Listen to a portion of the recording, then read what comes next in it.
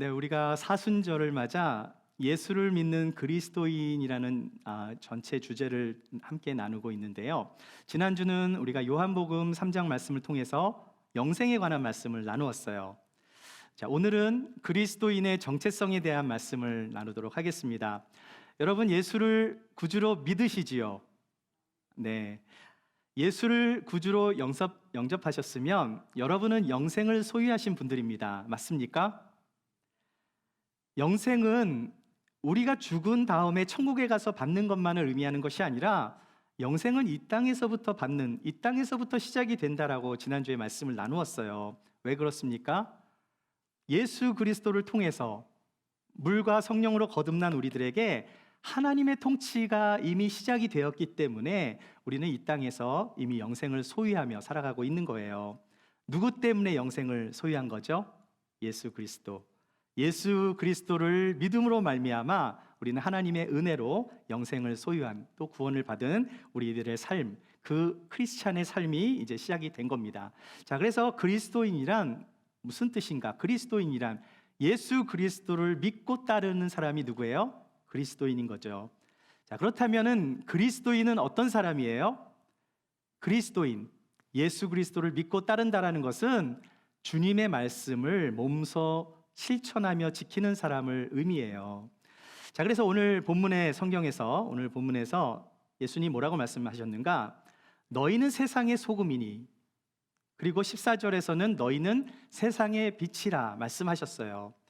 자, 이 말씀은 너무나 유명해서 우리가 또 오늘 앤디 집사님도 기도해 주실 때 이 단어를 쓰셨는데 우리가 굉장히 많이 사용하는 단어예요. 자, 그런데 말씀을 다시 보시면은요, 예수님께서 뭐라고 말씀하세요? 너희는 세상의 소금과 같은 존재가 되라, 빛과 같은 존재가 되라 라고 말씀하시지 않았다라는 거예요. 너희의 존재는 이미 소금이다, 너희는 이미 빛이다 라고 말씀하신 거예요. 따라서 소금과 빛은 무엇입니까? 소금과 빛은 우리가 이 땅을 살아가는 그리스도인의 정체성이 되는 거예요. 정말 우리가 하나님의 부르심을 받은 하나님의 자녀라면 이 땅에서 빛과 소금의 의미를 잘 알아야 돼요. 네, 그냥 말로만 빛과 소금이 아니라 빛과 소금이 무엇을 의미하는가에 대해서 우리는 다시 한번 말씀을 깊이 좀 나눴으면 좋겠습니다. 그래서 여러분, 그리스도인의 정체성 첫 번째 나누고 싶은 말씀은요, 우리는 세상의 소금이라는 거예요. 자, 그래서 13절 말씀 다 같이 한번 다시 읽어보겠습니다. 시작. 너희는 세상의 소금이니 소금이 만일 그 맛을 잃으면 무엇으로 짜게 하리요? 후에는 아무 쓸데없어 다만 밖에 버려져 사람에게 밟힐 뿐이니라. 요즘은 소금이 굉장히 흔하잖아요. 네, 그런데 고대 시대에는 소금이 아주 귀했습니다. 물론 요즘도 비싼 소금이 있어요. 네, 혹시 자주겸이라고 들어보셨어요? 이게 뭐냐면 바다에서 나는 소금을 천일염이라 그러잖아요. 그 천일염을 대나무 통에 넣고요, 1000도가 넘는 고온에서 9번을 구워내요. 그렇게 되면은 이 소금이 약간 자주 색깔로 변해요. 대나무랑 합쳐져 가지고. 그래서 그렇게 만든 소금인데 가격을 보니까 일반 소금보다 한 20배 정도 비싸더라고요. 그러니까 한 240g에 100불 정도 하는 거예요. 굉장히 비싼 단어가 많습니다. 라틴어에 살라리움이라는 단어가 있어요. 제가 아까 보여드렸는데 이 라틴어의 쌀이 소금이란 뜻이에요. 솔트라는 의미고요. 살라리움 하면은 솔트머니라는 뜻입니다. 로마 시대에서 소금은 굉장히 중요한 생필품이었기 때문에 로마의 군인들은 오랫동안 이렇게 행군도 하고 그러잖아요. 그 비싼 소금을 월급 대신에 다 준 건 아니고 부분적으로 이 급여를 솔트머니로 대신 받게 된 거예요. 소금으로 받은 것입니다. 그래서 이 소금으로 받았기 때문에 이게 소금이 급여이기 때문에 솔트머니라고 한 거죠. 여기서 샐러리, 영어의 샐러리가 나온 거예요. 솔트머니에서 샐러리라는 단어가 나온 겁니다. 여러분, 소금을 먹으면 안 먹어보신 분 없을 것 같은데 소금 맛이 어때요? 예, 짜잖아요. 요즘은 짠 음식 좋아하지 않는, 건강에 나쁘다 그래가지고 싱겁게 먹는 것이 유행하기도 한데요. 그런데 여러분, 이 세상에 다이어트 소금이란 건 없어요. 안 짠 소금은 없어요. 뭐 소금을 안 짜게 먹을 소금을 적게 넣는 방법은 있지만 짜지 않는 소금을 막 넣는 그렇지는 않습니다. 제가 캐나다에서 사역을 할 때 미국에서 이 생물학 박사를 받으신 집사님이 계셨는데요. 이분이 캐나다에 이민을 오셨는데 캐나다에 그렇게 미국처럼 비즈니스가 이렇게 활발하지 않았거든요. 이분이 아이스크림을 개발했는데요. 몸에 좋은 아이스크림을 개발하신 거예요. 일명 다이어트 아이스크림인데요. 다이어트 아이스크림을 개발해서 오픈하자마자 어떻게 되었을까요? 망했습니다. 아이스크림은 달고 맛있어야 되는데 아무리 몸에 좋은 아이스크림이라고 해서 맛도 없는 다이어트 아이스크림을 내놓으면 누가 사 먹겠어요? 아이스크림의 정체성은 뭐예요? 달아야 맛있는 거죠. 초콜릿도 마찬가지입니다. 여러분, 초콜릿의 원재료가 뭐죠? 카카오잖아요. 그 카카오의 열매 안에 있는 카카오 빈으로 만든 것인데, 여기 있네 사진이. 네, 이 카카오 빈 그것을 빼서 갈아요. 그리고 물에 타서 먹으면 이 초콜릿, 뭐 코코아 같은 그런 이게 음료수가 될 수 있는데 이게요 아무것도 안 섞고 그냥 마시면 되게 쓰다고 해요. 오늘 방송을 보니까 카카오 열매에서 콩을 갈아서 이제 아무것도 안 넣은 거죠. 차를 이렇게 마시게 했는데요. 맛이 한약 같대요, 한약. 그러면서 잘 마시지를 못했어요. 그러니까 카카오로 초콜릿을 만들려면 어떻게 해야 되죠? 카카오를 갈아서 거기다가 버터도 넣고 바닐라도 넣고 7대3으로 설탕을 30% 넣어야지 이게 초콜릿이 되는 거예요. 만약에 설탕을 안 넣으면 어떻게 됩니까? 몸에 좋을지 몰라도 맛이 하나도 없겠죠. 마찬가지로 소금은 짜야 소금입니다. 짜지 않은 소금이 몸에 좋다고 짜지도 않는 소금을 막 넣어보세요. 누가 먹겠습니까? 몸에 더 나쁠 거예요. 자, 예수님께서 지금 이 말씀을 하신 겁니다. 소금이 그 맛을 잃으면 어떻게 되겠느냐는 거예요. 아무런 맛도 안 나는 소금. 그럼 어떻게 되겠습니까? 쓸데가 없으니까 어떻게 됩니까? 네, 밖에 버려져서 버려진 소금을 사람들이 막 밟고 지나간다는 거죠. 자, 그렇다면 진짜 예수님께서 말씀하신 것처럼 짠맛을 잃어버린 소금이 존재할까? 네, 존재했어요. 예수님이 사셨던 그 당시에 팔레스타인에서는 짠맛을 잃어버린 질이 나쁜 소금이 많았습니다. 주로 소금은 이 팔레스타인의 이 사해 남서부에 있는 늪지대에서 사람들이 많이 채취했거든요. 사해에서 얻은 소금은 좋은 소금이고 상업적 가치가 있었지만 그 주변의 늪지에서 취한 소금은요, 그 안에 마그네슘도 있고 석회도 들어있고 이물질이 막 섞여 있었기 때문에 소금의 질이 떨어졌어요. 자, 그런 소금에 불순물이 많이 섞여 있는 소금에 빗물이 고이거나 아니면은 뭐 습기가 많아지면 어떻게 될까요? 네, 염분이 녹아서 빠져나가 버리겠죠. 그러면 어떻게 돼요? 불순물만 남게 되는 거예요. 그렇게 되면 소금의 짠맛이 없어져서 방부제라도 사용할 수 없기 때문에 필요 없으니까 길바닥에 버려지는 것입니다. 여러분, 바닷물이 썩지 않는 이유가 있는데 뭐 때문이죠? 소금, 염분 때문이죠. 바다가 우리 눈에 이렇게 다 파랗게 보이고 물론 하늘이 파라니까 반사되니까 파랗게 보이겠지만 썩지 않는 이유, 항상 싱싱하잖아요. 그 이유는 바닷물 속에 있는 3.5% 에버리지로 한 3.5%의 그 소금물이 있기 때문에 그 염분 때문에 싱싱함을 유지할 수 있는 거예요. 자, 우리의 인체는 어떻습니까? 우리가 태어난 아이는 한 90%가 물인데 성인이 되면 될수록 뭐 70%에서 60%로 좀 줄어들죠. 물이 약 70%인데 우리 몸 안에도요 0.9%의 염분이 있어요. 그 염분 때문에 몸속에 세균이라든지 바이러스가 살지 못하는 것입니다. 그러니까 건강을 유지시켜주는 게 뭐예요? 우리 염분이죠. 그러니까 만약에 우리가 충분한 염분을 섭취하지 못하면 어떻게 될까요? 그렇게 되면 우리 몸은요 무엇을 찾느냐? 당을 보충하기 위해 단 음식을 찾는데요. 소금이 없어지면 희한하죠. 소금이 부족한데 단 음식을 찾는다라는 거예요. 자, 이래서 소금이 별것 아닌 것 같은데 사람에게 있어서 염분은 마치 혈액과도 같아서 피가 부족할 때 여러분 어떻게 합니까? 0.9% 농도의 식염 주사를 맞는 거예요. 그래서 그 소금이 이처럼 소중하고 중요하다라는 것입니다.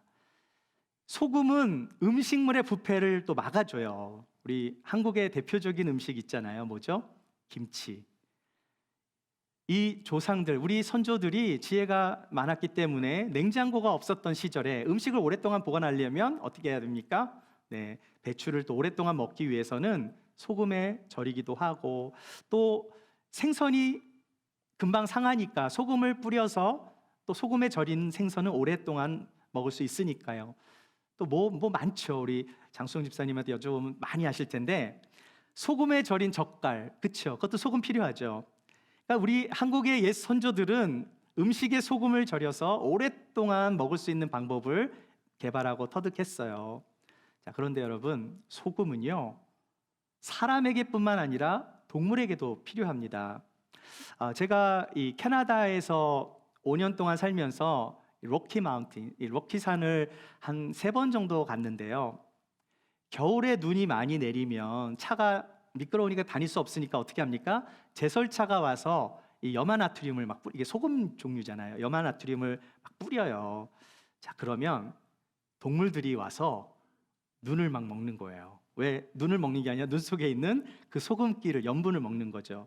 겨울에 동물들이 먹을 게 별로 없잖아요. 그러니까 몸에 염분이 떨어지니까 제설차가 뿌린 그 소금이 케미컬이 들어갔을지도 모르는데 그걸 먹는 거예요. 왜냐하면 그게 필요하니까. 그러니까 이처럼 이 소금이라는 것은 사람뿐만 아니라 동물한테도 필요한 것인데, 구약 성경을 보시면은요, 하나님께 바쳐진 향을 제조할 때 소금을 뿌려서 그 향을 깨끗하고 거룩하게 했다라는 말씀이 있고요. 또 열왕기하 2장을 보시면 엘리사가 동네 사람들이 마시는 샘에 소금을 뿌려 그 샘물을 정화시켰어요. 그리고 민수기 말씀을 보시면 소금 언약이라는 말씀이 있습니다. 민수기 말씀 한번 읽어보겠습니다. 시작. 이스라엘 자손이 여호와께 거제로 드리는 모든 성물은 내가 영구한 몫의 음식으로 너와 내 자녀에게 주노니 이는 여호와 앞에 너와 내 후손에게 영원한 소금 언약이니라. 언약은 변질되면 안 되잖아요. 그러니까 하나님께서 뭐라고 말씀하세요? 변질되지 않는 지켜야 할 하나님과의 거룩한 약속, 이게 뭐예요? 소금 언약이라고 표현한 거예요. 이처럼 소금이란 굉장히 소중하고 귀중한 것인데, 그렇다면 예수님께서 너희는 세상의 소금이다 하신 이 말씀은 어떤 말씀입니까? 여러분, 소금이 맛을 내려면 어떻게 해야 되죠? 소금이 녹아야 음식 맛을 내는 거잖아요. 우리는 이 땅에서 우리는 녹아야 돼요. 우리가 드러나면 안 돼요. 영향력을 끼치는 사람이 되어야 한다는 거예요. 세상을 맛있게 하는 존재가 되어야 하고요, 이 세상이 부패하는 것을 방지하는 역할을 해야 한다는 것입니다. 예수님께서 너희는 세상의 소금이 되어야 해 라고 하지 않으셨다는 말씀을 다시 한번 생각해 보셔야 돼요. 소금이 되어야 해가 아니라 뭐예요? 소금처럼 살아야 돼도 아니고요, 너희는 소금이다, 너희는 소금이다라고 말씀하셨어요. 사랑하는 여러분, 여러분은 세상의 소금입니다. 소금이 맛을 잃으면 안 되듯이 우리는 그리스도인의 정체성을 잃어버리면 안 되는 거예요. 여러분 꼭 기억하십시오. 우리는 크리스찬이잖아요. 우리가 크리스찬이라면 크리스찬의 정체성을 잃어버리면 안 됩니다. 소금이 녹아야 맛을 내듯이 우리의 삶을 통해서 우리가 드러나는 삶이 아니라 우리를 통해서 그리스도가 드러나고 세상의 사람들을 그리스도께로 인도하는 삶을 살아가시는 여러분이 되시기를 축복합니다. 그리스도인의 정체성, 두 번째로 나누고 싶은 것은요, 우리는 세상의 빛이에요. 우리 옆에 분과 함께 좀 인사 나누실 때 당신의 모습에서 빛이 납니다. 한번 인사 한번 나누시죠. 당신의 모습에서 빛이 납니다. 네. 자, 14절 말씀 같이 한번 읽어보겠습니다. 시작. 너희는 세상의 빛이라. 산 위에 있는 동네가 숨겨지지 못할 것이요. 여러분, 빛이 비춰지면은요, 산 위에 있는 동네가 숨겨지지 못한대요. 빛이 있기 때문에 동네를 밝혀 비춰주잖아요. 북유럽의 노르웨이, 루칸이라는 마을이 있는데요. 노르웨이 하면은 유명한 축구 선수 뭐죠? 홀랜드인가요? 그 사람이 노르웨이 출신이죠. 이 노르웨이의 루칸이라는 마을이 있는데 이 지역은요 해발 1883m 정도 되는 산 밑에 있는 동네예요. 그러니까 이 동네가 해가 떠도 겨울철에는 산이 다 가려버리는 거예요. 그럼 여기가 어떻게 되겠습니까? 어두워지겠죠. 6개월 동안 어둠 속에 햇빛이 안 나는 지역이에요, 이 동네가. 어떻게 했을까요? 그런데 최근에 빛을 보게 됐습니다. 어떻게 빛을 보게 되었는가? 네, 요것 때문에. 이 루칸 산 꼭대기에 이게 17m나 되는 거울이래요. 그래서 이 거울이 태양이 움직이는 대로 계속 돈대요, 똑같이. 그래가지고 태양빛을 위에서는 산 꼭대기에서는 태양빛을 받는데 아래는 빛이 없으니까 계속 돌면서 빛을 비춰주는 거예요, 그 동네에다가. 자, 그래서 다음 사진을 보시면은요, 자, 이렇게 햇빛을 비춰주니까 밑에가 어둡잖아요. 여기 밑에가 컴컴하잖아요. 햇빛이 없으니까. 요만큼 많지는 않아요. 하지만 요 광장 앞에 사람들이 모여서 항상 해가 질 때까지는 햇빛을 볼 수 있는 아이디어를 내서 햇빛을 받게 되는 거예요. 사람들이 겨울철에 햇빛을 보니까 너무너무 그냥 우울증에 빠진 사람들도 회복이 되는 그런 활기를 되찾았다고 합니다. 빛이 어두운 동네를 비추니까 어떻게 됐어요? 동네가 보여지는 거잖아요. 우리가 그렇다라는 거예요. 우리에게 빛이 비춰지면 밝아진다라는 거죠. 이 사진을 보시면 잘 보여요? 뭐가 보입니까? 흐릿한데 뭔가 보이죠? 밤의 호수입니다. 근데 이거는 이 호수가 그래도 약간의 빛이 있기 때문에 뭔가가 보이는 거예요. 잘은 안 보이지만. 자, 그럼 다음 사진 보여요? 안 보이죠? 제가 오래전에 위스콘신이라는 지역에 저희 형이 그곳에 살아가지고 방문을 했었는데요. 밤에 운전을 하다가 길을 잃어버린 거예요. 그 당시에 GPS가 없었습니다. 제가 한참 운전을 하는데 이상하게 눈앞에 아무것도 안 보이는 거예요. 아무것도 안 보여. 그래가지고 이상하다, 왜 이렇게 안 보이지 하고서 쌍라이트를 막 켜봤어요. 근데도 안 보여요. 앞으로 갈 수가 없어서 차를 세우고 제가 딱 나와 보니까 호수 앞에 있는 거예요. 호수 앞에.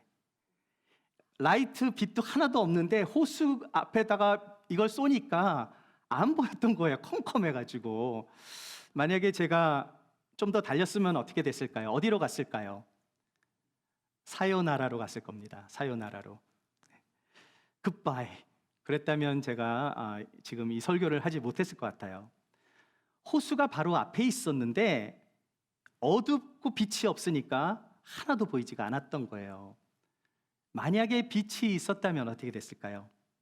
아름다운 호수를 감상하면서 그렇게 호수를 바라봤을 것 같아요. 그런데 칠흑 같은 어두운 밤에 자동차 라이트로는 그 위스콘신의 호수가 굉장히 많아요. 그 레이크를 볼 수가 없었어요. 여러분, 캄캄한 정말 흑암 같은 곳에서 큰 레이크라든지 바다를 보면 되게 무서워요. 굉장히 빛이 있어야 아름답게 보이는데 빛이 사라지면 굉장히 무섭게 보입니다. 여러분, 지구를 한번 보실까요? 지구에서 달이 보여요, 안 보여요? 보이잖아요. 어떻게 볼 수 있습니까? 이 사진은 인공위성으로 지구와 달을 찍은 건데요. 지구에서 달이 보이는 이유는 빛이 달을 비춰주기 때문입니다. 달 스스로는 빛을 내지를 못해요. 지구도 스스로 빛을 낼 수가 없어요. 하지만 우리 눈에 달이 보이는 것은 빛이 달에 반사해서 그 반사된 빛이 있기 때문에 지구에서 달이 보이는 거예요. 따라서 달이 왜 보인다고요? 빛이 있기 때문에 보이는 것입니다. 그런데 예수님이 빛으로 오셨잖아요. 예수님이 빛이잖아요. 그 빛이신 예수님께서 이 땅에 오셨기 때문에 우리가 하나님을 볼 수 있는 거예요. 예수님 때문에 우리 자신을 볼 수 있는 것이고요. 예수님 때문에 우리에게 구원을 받을 수 있는 길이 열려졌다는 사실을 알 수 있는 것입니다. 예수님은 십자가에서 죽으시고 부활하셨지만 우리가 빛이 되신 예수님을 내 마음에 모시고 살 때 우리 모두는 세상의 빛이 될 수 있는 거예요. 그래서 에베소서 말씀을 보시면 너희가 전에는 어두움이더니 이제는 주 안에서 빛이라. 빛의 자녀처럼 행하라. 자, 이 말씀이 무엇입니까? 우리는 처음부터 빛이 아니었다라는 거죠.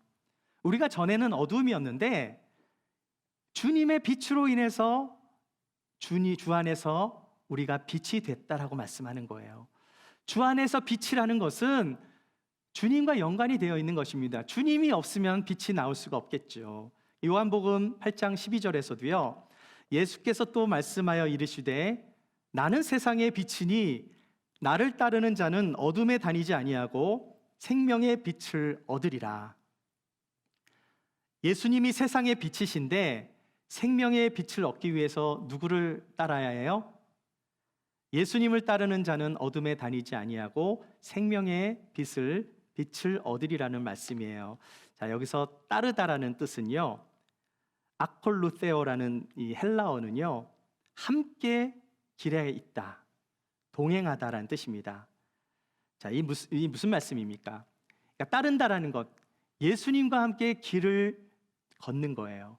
예수님과 함께 동행하는 삶을 의미하는 거예요.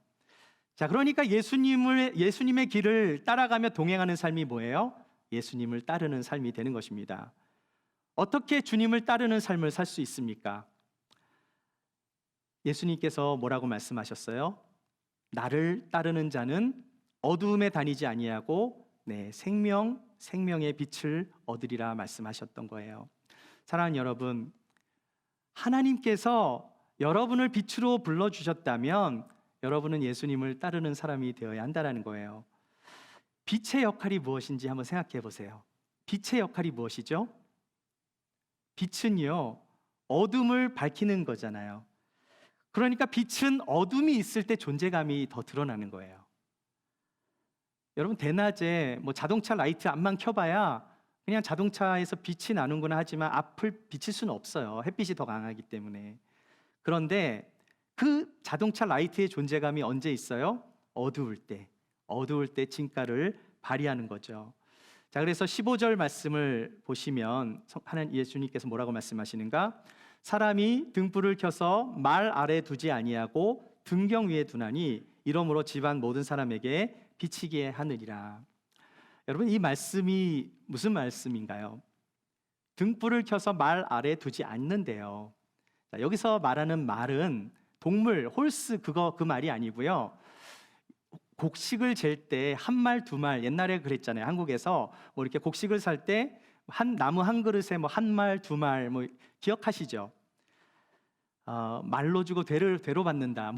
되가 더 큰 겁니다. 이게 속담 중에 말로 줬는데 되로 받는, 더 나쁘게 받는다라는 의미인데, 아무튼 이스라엘 백성들은요, 이스라엘 사람들은 등유나 기름으로 불을 밝혔는데요, 그 등불을 입으로 확 끄면 어떻게 되냐면 이게 기름이 튈 수도 있고요, 또 연기가 많이 나잖아요. 그러니까 입으로 확 불어가지고 끄잖아요. 그럼 가스가 나고 냄새가 많이 나는 거예요. 자, 그걸 끄기 위해서 그래서 뭘 사용했는가? 이 되박 같은 걸로 뚜껑처럼 덮어버리면 어떻게 됩니까? 그러면은 불도 자연스럽게 꺼지고 냄새도 안 나겠죠. 그 말씀을 하는 거예요. 그래서 이런 뚜껑 같은 걸로 덮어버리거나 불을 켜려면 이 말 밑에다가 불을 놓는 사람은 없다라는 거죠. 불을 놓으려면 밝게 비추도록 등경 위에 놔야 된다는 거예요. 그래서 등경은 등불의 받침대입니다. 등경은 뭐예요? 빛을 멀리 비치게 하는 역할을 하기 때문에 등불을 등경 위에 놓아야 집안 사람들이 그 불빛 아래에서 활동을 할 수 있는 것입니다. 따라서 등불은 뭐예요? 밝히 비치라고 등불을 켜는 거잖아요. 불을 감추기 위해서 이 말 아래에다 놓으면 불을 감추는 거가 되니까요. 예수님께서 하신 말씀이 무엇입니까? 이것은 빛의 역할에 대해서 말씀하시는 거예요. 즉, 세상의 빛은 세상 속에 숨어 있는 게 아니라는 거죠. 드러나야 된다는 거예요. 빛은요. 빛은 어두움을 밝히는 데 목적이 있다는 거예요. 소금이 맛을 잃으면 아무짝에 쓸데없는 것처럼 마찬가지로 빛도 세상 속에서 어두운 것을 밝혀야 된다는 말씀입니다. 그렇다면 소금과 빛의 역할이 뭡니까? 그것은 바로 영향력인 거예요. 크리스찬은 세상 속에서 영향력을 끼치는 사람이 되어야 된다는 거예요. 소금의 영향력은 맛을 통해서 변화시켜 주는 것이고요. 빛의 영향력은 무엇입니까? 어둠에서 밝음으로 변화시켜 주는 것입니다. 이것이 뭐라고요? 그리스도인의 정체성인 거예요.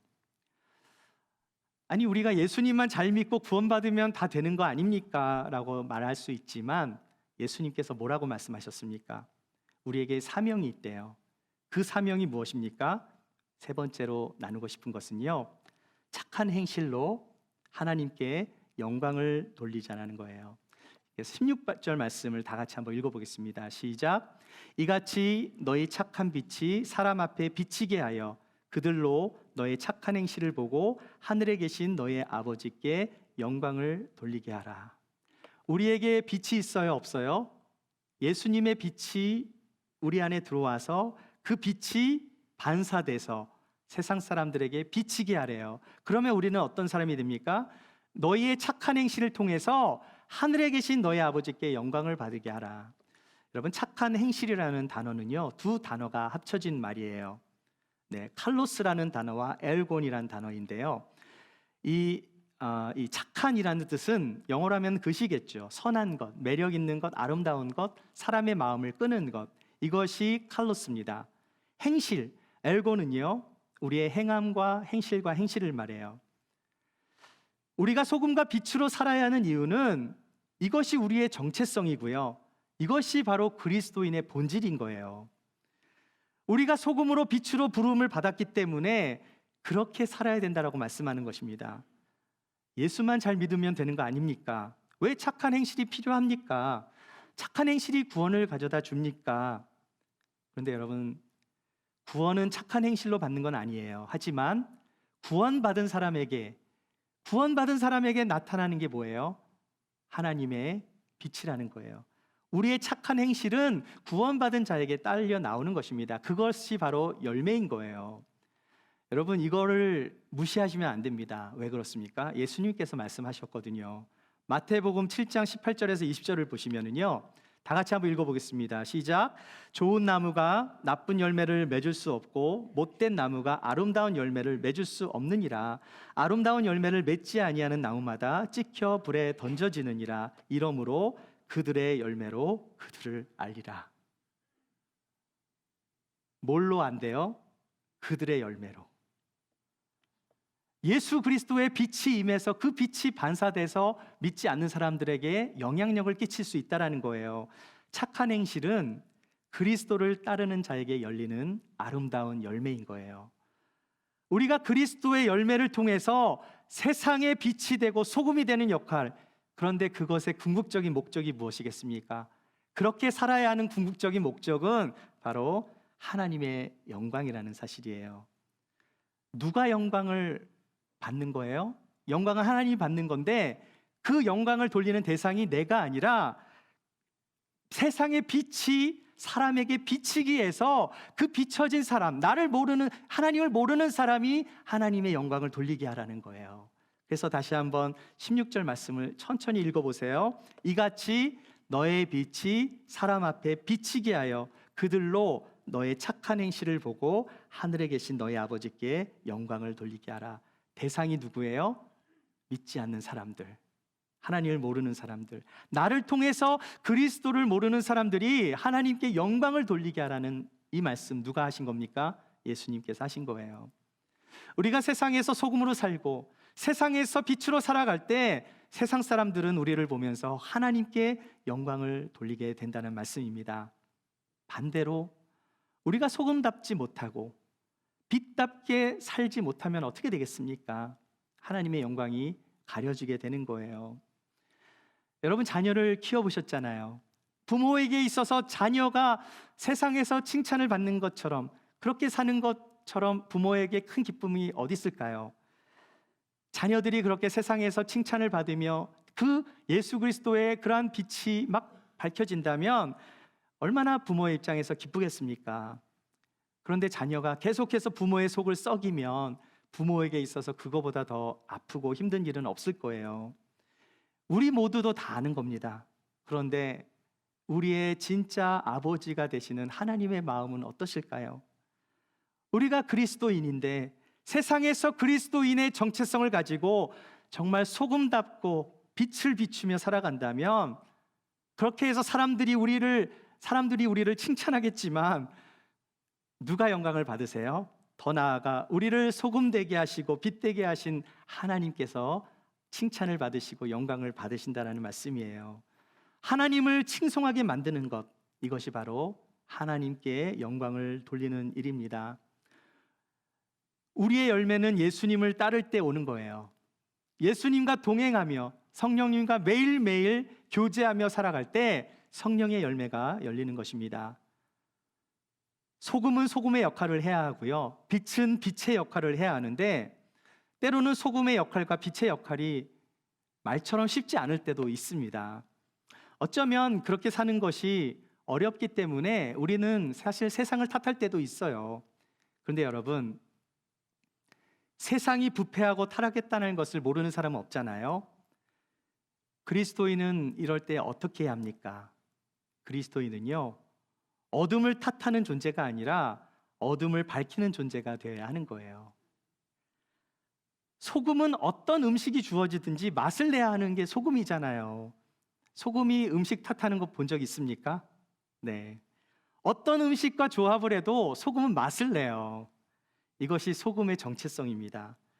또한 부패한 것을 탓하는 것, 소금이 부패한 것을 방지하는데, 부패한 것을 탓하는 것은 누구나 할 수 있는 거잖아요. 그런데 세상 속의 그리스도인이란 탓하는 사람이 아니에요. 숨거나 피하는 사람이 아닙니다. 이 세상에서 내가 좋아하는 사람들만 어울리는 것도 아니고요, 나한테 마음에 드는 사람만 좋아하는 것도 아니에요. 내가 좋아하는 사람하고만 친하면 누가 못하겠습니까? 그건 세상 사람들도 다 하는 거죠. 빛의 역할이 뭐예요? 어둠에서 빛이 역할을, 밝히 비치는 역할을 감당하는 거죠. 빛이 다가오면 어둠의 역사는 떠나가는 거예요. 사라집니다. 우리가 빛의 자녀라면 힘들고 어려운 사람들에게 다가가 그들을 밝게 비칠 수 있어야 된다는 거예요. 우리가 필요한 것, 세상에서 영향력을 발휘할 수 있는 곳으로 우리는 나아가야 한다는 것입니다. 여러분, 신앙생활은 교회 안에서만 하는 게 아닙니다. 신앙생활은 보이지 않는 곳에서, 그곳에서 주님이 함께 하심으로 인해서 나를 통해서 그 영광의 빛이 비춰져서 그 땅이 그리스도인으로 인해서, 우리의 정체성으로 인해서 변화되는 것, 그곳에서 열매가 맺혀져야 되는 거예요. 그렇기 때문에 열매는요, 우리의 가정에서부터 시작이 돼야 하는 것이고요, 열매는 우리의 일터에서 시작이 돼야 되는 거예요. 소금은 자신이 녹아내릴 때 맛을 내는 것입니다. 안 녹아버리면 어떻게 됩니까? 짠맛을 낼 수가 없잖아요. 짠맛을 잃어버리면 세상에 맛을 내는 것이 아니라 세상 사람들의 필요 없어지기 때문에 발밑에 밟히는 존재가 될 수밖에 없는 거예요. 우리는 세상 속에서 하나님이 맡겨주신 사명을 받은 그리스도인이라는 사실, 그것이 바로 우리의 정체성이라는 사실을 반드시 잊지 마시기 바랍니다. 사랑하는 ANC 기쁨의 교회 모든 성도님들은 소금이자 빛인 거예요. 믿으십니까? 주님은 소금이 되라, 빛이 되라고 말씀하신 것이 아니라 너희는 소금이요 빛이라고 말씀하셨어요. 소금과 빛, 빛과 소금, 이것이 우리의 정체성이자 여러분의 사명인 거예요. 이 세상에서 소금과 빛으로, 빛과 소금으로서 이 땅에서 맛을 내는 사람, 어둠을 밝히 비침으로 하나님을 모르는 영혼들에게 우리의 삶으로 복음을 전하고 하나님께 영광을 올려드릴 수 있는 저와 여러분이 되시기를 주의 이름으로 축복합니다.